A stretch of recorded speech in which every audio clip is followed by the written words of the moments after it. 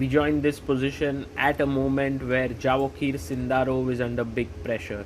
That's because his knight is pinned here.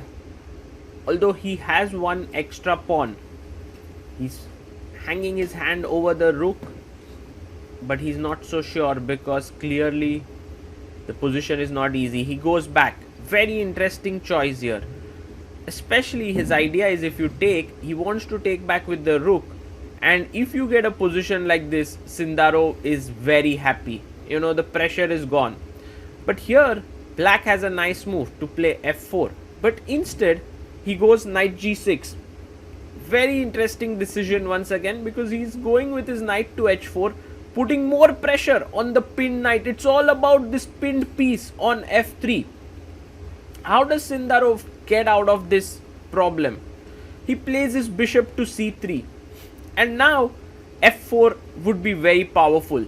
It must be played, and that is what Andrey Esipenko is thinking for the time being. Bishop c3. Oh, he takes on f3. Not a great idea because now this is exactly what Sindarov wanted. He wants to take this with the rook, not with the pawn, spoiling the structure in front of his king, but taking with the rook, and he does so. Takes on f3.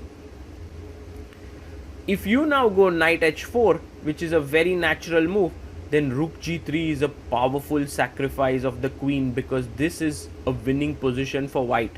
So he goes first f4, taking away this square. But look at what Javokhir has done. He goes g4, cutting off this pin. But Esipenko takes. Now is this a blunder? Because if you take here, queen takes happens and you can't win the bishop because this is a checkmate here. So that does not work. But notice that here, after takes, white plays this amazing move queen d2. His point is to take here with a check, and this pawn is pinned. So it's a mate.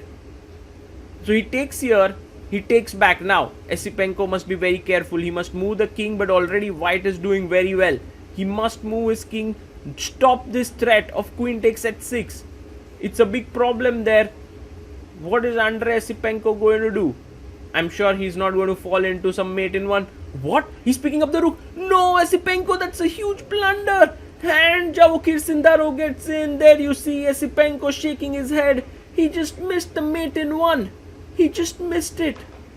Oh my god, when was the last time you saw a world-class player like Andrey Esipenko missing a mate in one? That is a huge break for the Mumbai Masters, or the upgrade Mumbai Masters. Javokhir Sindarov was not playing well in this tournament while Esipenko was in good form, but this mate in one turns it around completely. What a checkmate.